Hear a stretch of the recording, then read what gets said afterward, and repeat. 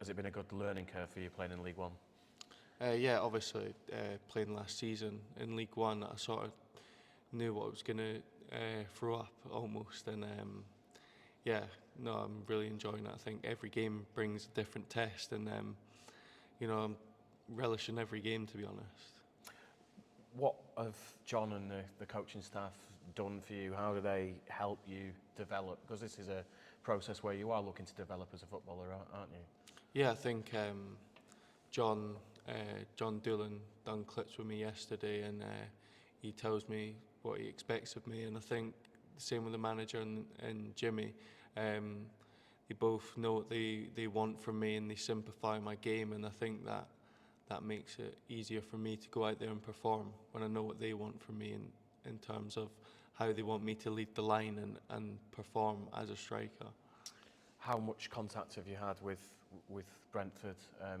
Obviously, a team that is looking to develop footballers all the time under Thomas Frank. How much contact do you have with them, and how do you see that situation developing beyond the end of the season?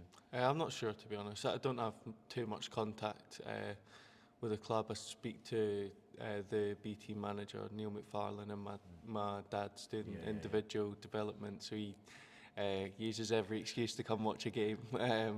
So yeah, I've been keeping in contact with them, obviously, and but that's about it. I'm not sure what will happen at the end of the season, and obviously I can just go game by game. I know it's a bit cliche, but you've got to, as a footballer, and then see where it takes you. The goals have obviously come. You've got 4 already in your time here. Is there a lot of weight on your shoulders in terms of scoring goals for this football club that are needed if you are to stay in League One this season? Yeah, I think that's a key part of us staying up. I think, we need to score goals. I think, obviously, we need to start creating more chances, and I think, I need to keep converting them, obviously, and I think that'll be a key part of us staying in the league. And if I can keep doing that and keep getting the service behind me from the players in the team, then I think we'll be fine. Do you thrive off pressure yourself? Yeah, I think it's something you learn to deal with as a footballer. I think every game brings a different pressure, and I think that's the exciting thing about football. And yeah, it's a nice feeling when you go out and you perform and you come off that pitch and you feel like you've done yourself proud. Brentford's obviously not far from Wembley. What would it mean for you to help Accrington Stanley to its first ever Wembley appearance? Yeah, it'd be unbelievable. I'd love to play at Wembley. I'm sure all the boys would as well, and it's a massive game for us. And I think if we go out and perform at our best, then we can get there. Obviously, Bolton are a great side, and we need to be fully prepared, and we've been doing that the past couple of days to get ourselves ready for big game tomorrow. But it would be massive for the club to get to Wembley.